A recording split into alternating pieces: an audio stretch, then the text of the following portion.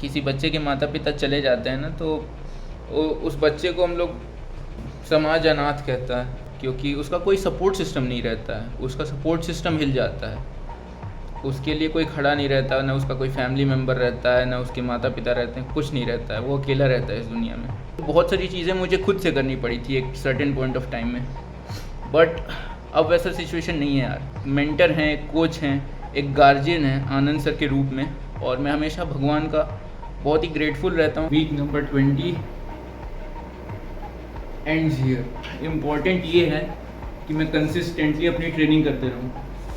बाल बहुत ज़्यादा बढ़ रहा है, मैं डिस्कस करने वाला था ब्लॉग में एकदम, बट कर नहीं पाया था।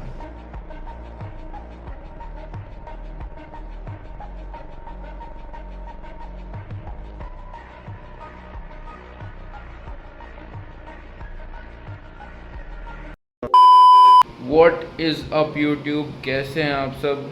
आई होप अच्छे होंगे और अपनी लाइफ में अच्छा कर रहे होंगे। अभी ना दोस्तों, मेरा प्रैक्टिकल स्टार्ट होने वाला है और मैं अपना लेसन प्लान बना रहा था फिज़िकल एजुकेशन का। मेरा बास्केटबॉल का प्रैक्टिकल है, आई थिंक मंडे को है, हाँ मंडे को ही है, और उसका मैं लेसन प्लान बना रहा था। रात के 11:30 बज रहे हैं, मैंने 4 मील ले लिया है। आज है सैटरडे, वीक 20 का एंड, कल संडे है, कल है फिज़िक अपडेट। कल दिखाऊंगा कि अपनी फ़िज़िक कैसी हो गई है 20 हफ्ते के बाद। बॉडी वेट अब आ चुका है 84 से 86.500 किलोग्राम्स पर, मतलब 90 से पहले 84 गए, 84 से फिर 86 आए। अब यहाँ से वापस से ऑन ट्रैक होना है दोस्तों, क्योंकि ये बल्किंग सीरीज़ है, ये है 35 हफ्तों की, और हम हैं अभी 21वें हफ्ते में।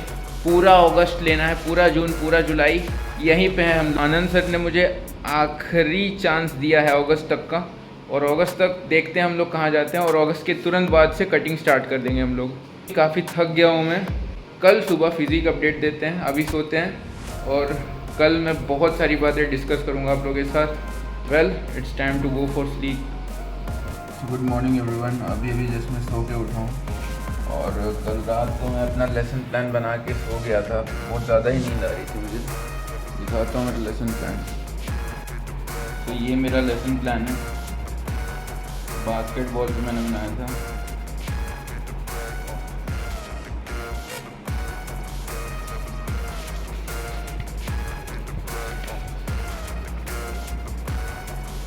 तो मैं कमरा साफ़ करूँगा, मेरा कमरा थोड़ा गंदा है। ये मेरा बेड एरिया है, ये साफ़ करूँगा, फिर झाड़ू वाड़ू लगाऊँगा, सब सही करूँगा। उसके बाद मील लूँगा। मील लेने के बाद फिज़िक अपडेट दिखाता हूँ। पहला मील जो मैं लूँगा वो होगा 5 फोर लेग्स, 2 ग्लास खजूर शेक, और बस इतना ही लूँगा। पहला मील थोड़ा लाइट ही लूँगा मैं, मतलब ज़्यादा हैवी नहीं लेता पहला मील, थोड़ा सा लाइट रखता हूँ। उसके बाद ग्रेजुअली मैं हैवी लेने लगता हूँ, फिर रात का जो मील रहता है बहुत लाइट लेता हूँ। सफाई की है, पूरा बर्तन वर्तन धोया, मील लिया है। अपना जो वाटर इनटेक है वो कंप्लीट करता हूँ मैं इस बोतल से, हमेशा मेरे पास रहता है। यार अभी ना मेरा बाल बहुत ज़्यादा बढ़ रहा है, मैं डिस्कस करने वाला था ब्लॉग में एकदम, बट कर नहीं पाया था। अगर आप लोग को कोई एक अच्छी हेयर स्टाइल के बारे में पता हो तो प्लीज़ बताइए, क्योंकि जिस रेट से बाल बढ़ रहा है ना, थोड़ा सा वियर्ड लग रहा है देखने में। माइंडसेट डिस्कस करना था आप लोगों से, जो कि मैं इस वीडियो के अंदर करूँगा। फ़िलहाल मैं जा रहा हूँ नहाने, फ्रेश होने, थोड़ा फ्रेश होके मिलता हूँ। दोस्तों ये है आज सुबह की कंडीशन मेरी फिज़िक की। Week number 20 ends here.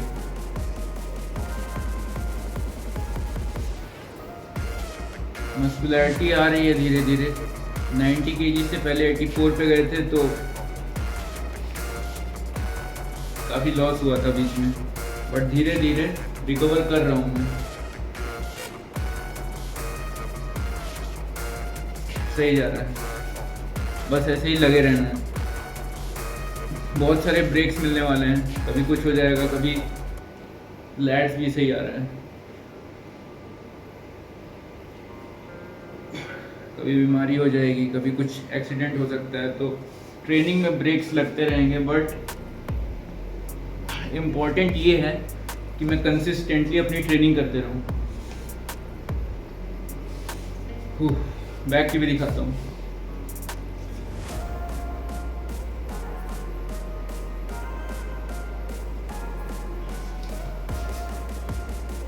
So this was my condition of week number 20।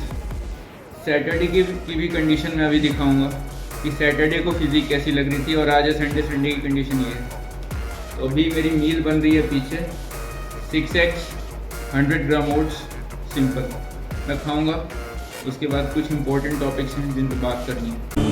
देख जो भी मन से मार, देख जो लगन से मार, लगता वो ही बाढ़ है, इसका अंत आ चुका हो, उम्र जो बिता चुका हो, जाता वो ही प्राण है।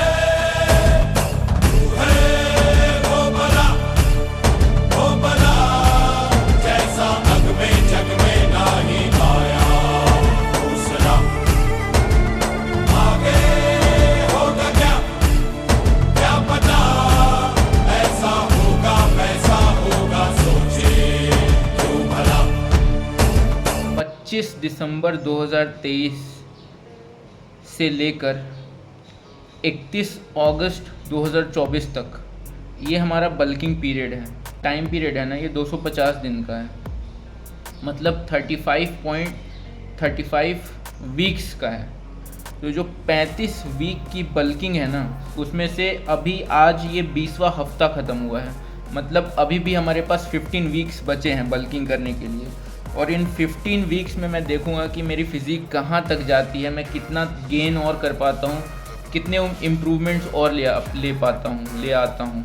क्योंकि अगस्त के बाद स्ट्रेट अवे कटिंग होगी मेरी, सितंबर अक्टूबर नवंबर तक, और इवन दिसंबर जा सकता है, पूरा दिसंबर के फर्स्ट वीक तक कटिंग करना है। उसके बाद हम लोग देखेंगे कि फिज़िक्स में 1 साल का जो हमारा ये जो ऑफ सीज़न था प्लस उसमें जो श्रेडिंग फेज़ था, उसके बाद हमारी इम्प्रूवमेंट्स पता चलेंगी दिसंबर में।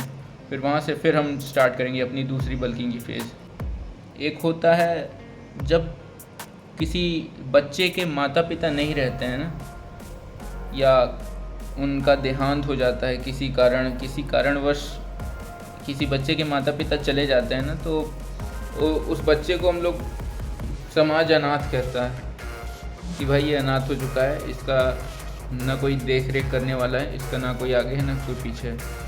तो समाज उसको अनाथ कहता है क्योंकि उसका कोई सपोर्ट सिस्टम नहीं रहता है, उसका सपोर्ट सिस्टम हिल जाता है, उसके लिए कोई खड़ा नहीं रहता, ना उसका कोई फैमिली मेम्बर रहता है, ना उसके माता पिता रहते हैं, कुछ नहीं रहता है, वो अकेला रहता है इस दुनिया में।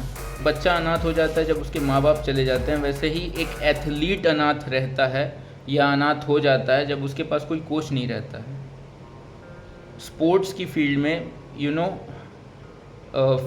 मैं अगर बात करूं स्पोर्ट्स इन्वायरमेंट में, स्पोर्ट्स इंडस्ट्री में, अगर आप एक एथलीट हैं और आपके पास कोई कोच नहीं है या फिर आपको कोई गाइडेंस देने वाला एक मेंटर नहीं है, आप एक अनाथ एथलीट हैं। आप खुद के कोच बन जाते हैं। फिर आपका जब कोच नहीं रहता, आपका कोई मेंटर नहीं रहता, आपका कोई गाइड करने वाला नहीं रहता ना, आपके पास एक ही ऑप्शन रहता है, खुद को आपको ही गाइड करना है। तो मुझे सब कुछ अपने से करना पड़ता था, जैसे ट्रेनिंग प्लान खुद ही बनाता था, डाइट प्लान खुद ही बनाता था, रिकवरी सिस्टम भी खुद का देखता था, भाई इतने घंटे सो रहा हूँ कि नहीं, ये सब हो रहा है कि नहीं। तो बहुत सारी चीज़ें मुझे खुद से करनी पड़ी थी एक सर्टेन पॉइंट ऑफ टाइम में। बट अब वैसा सिचुएशन नहीं है यार। अब मुझे पता है कि मेरे साथ एक मेंटर हैं, एक कोच हैं, एक गार्जियन है आनंद सर के रूप में, और मैं हमेशा भगवान का बहुत ही ग्रेटफुल रहता हूँ कि सर को उन्होंने मेरी लाइफ में भेजा मुझे गाइड करने के लिए, मुझे मेरे बॉडी बिल्डिंग जर्नी को आसान बनाने के लिए। तो मैं काफ़ी ग्रेटफुल रहता हूँ भगवान का इस चीज़ के लिए। जैसे जैसे ये जर्नी जा रही है ना मेरे दोस्तों, जैसे जैसे ये जर्नी कंप्लीट हो रही है ना बल्किंग की, मुझे एक एडवेंचरस टाइप का फील होता है कि यार कहाँ से स्टार्ट किए थे, आज देखो कहाँ पे जर्नी में आ गए हैं और आगे कहाँ जाएंगे। मतलब एक क्यूरोसिटी सी फील होती है, और इसके कारण मैं हमेशा अपने प्रोसेस में डूबा हुआ रहता हूँ। हर काम को उसी कमिटमेंट के साथ करता हूँ, जैसे मैं अपनी ट्रेनिंग कर रहा हूँ, जैसे मैं अपना डाइट ले रहा हूँ, जैसे अपनी रिकवरी कर रहा हूँ। तो यही माइंडसेट रहता है हर काम के पीछे। आई पर्सनली बिलीव कि हम सबके पास एक गाइडेंस होना चाहिए, एक मेंटर होना चाहिए, एक गार्जियन होना चाहिए जो हमें डायरेक्ट करे, जो हमें दिशा दिखाए। मेरे पास आनंद सर हैं जो कि मतलब हमेशा सपोर्ट करते हैं। चंद्र प्रकाश सर हैं। मतलब मैं आज जो भी हूँ ना, अपने कोचेस, अपने टीचर्स की बदौलत हूँ। अपने पेरेंट्स तो उनका तो बहुत ज़्यादा ही सपोर्ट रहा है मेरे लाइफ में, बट टीचर्स का भी एक बहुत बड़ा इम्पैक्ट रहा है मेरे लाइफ में। और यही कहूँगा कि यार एक अच्छा कोच आपको वो बना सकता है जिसकी आपने कभी कल्पना भी नहीं की होगी। आखिर में बस यही कहूँगा कि always believe in your self, keep working hard and don't forget the war is not over yet. लड़ाई अभी ख़त्म नहीं हुई। वॉरियर क्लैन इन पावर।